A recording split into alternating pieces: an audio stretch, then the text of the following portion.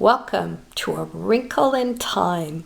For our close reading of A Wrinkle in Time, we're going to practice and apply concrete strategies for identifying the relationship between plot and character. You will be pre-writing, planning, and producing clear and coherent writing in response to a prompt.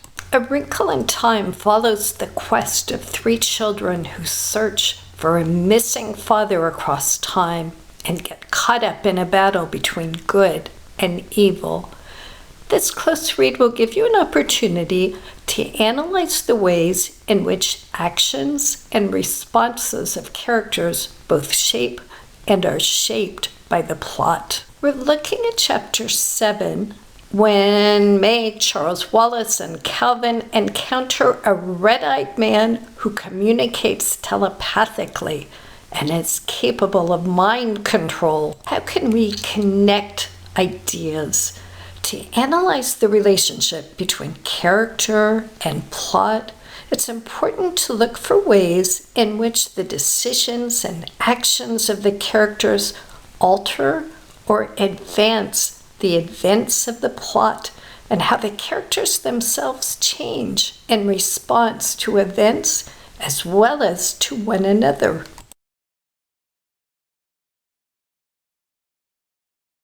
Hey, let's read this selection together, okay? Once 10 is 10. Once 11 is 11. Once 12 is 12. The number words pounded insistently against Meg's brain. They seemed to be boring their way into her skull. Twice 1 is 2. Twice 2 is 4. Twice 3 is 6. Calvin's voice came out in an angry shout. 77 years ago, our fathers brought forth on this continent a new nation conceived in liberty and dedicated to the proposition that all men are created equal. Twice 4 is 8. Twice 5 is 10. Twice 6 is 12. Father! Meg screamed. Father! The scream, half involuntary, jerked her mind back out of the darkness. The words of the multiplication table seemed to break up into laughter. Splendid! Splendid! You have passed your preliminary tests with flying colors. You didn't think we were as easy as all that? Falling for that old stuff, did you? Charles Wallace demanded. I hoped not. I most sincerely hoped not. But after all, you are very young and very impressionable, and the younger the better, my little man. The younger the better. Meg looked up at the fiery eyes, at the light pulsing above them, and then away.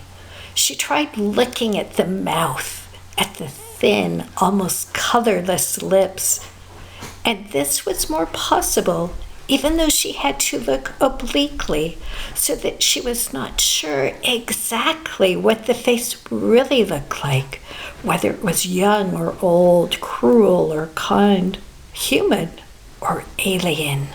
If you please, she said, trying to sound calm and brave, the only reason we are here is because we think our father is here. Can you tell us where to find him? Ah, your father! There seems to be a great chortling of delight. Ah, yes, your father. It is not can I, you know, young lady, but will I? Will you, then?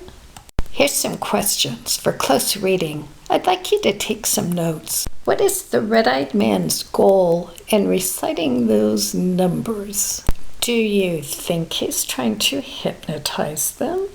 Why does Calvin shout out the Declaration of Independence? What does his response to the red-eyed man achieve? How about when Charles Wallace demands of the red-eyed man if he thinks it's as easy as all that, falling for that old stuff? If we infer that the red-eyed man is trying to hypnotize them, does that make Charles Wallace's comment make sense?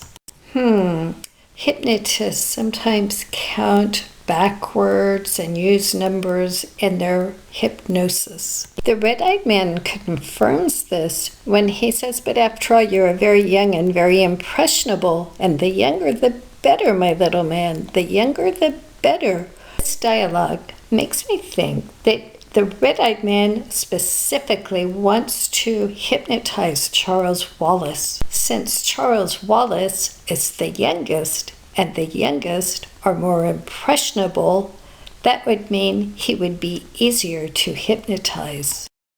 Looking at the effect of the number words in Meg's brain, trying to bore their way into her skull, this also confirms hypnotism. When the children speak, we can see that Calvin shout, make, scream, Charles Wallace demand.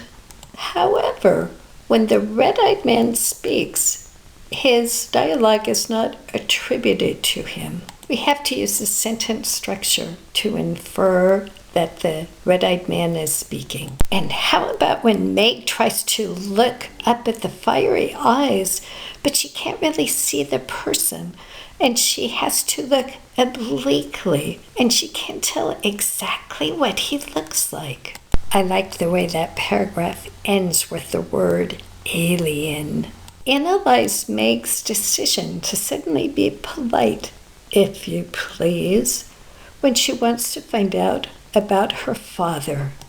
Jot down notes on how the decisions and the actions of the characters advance the plot. Tune in to part 2. We will continue to analyze this section. See you soon.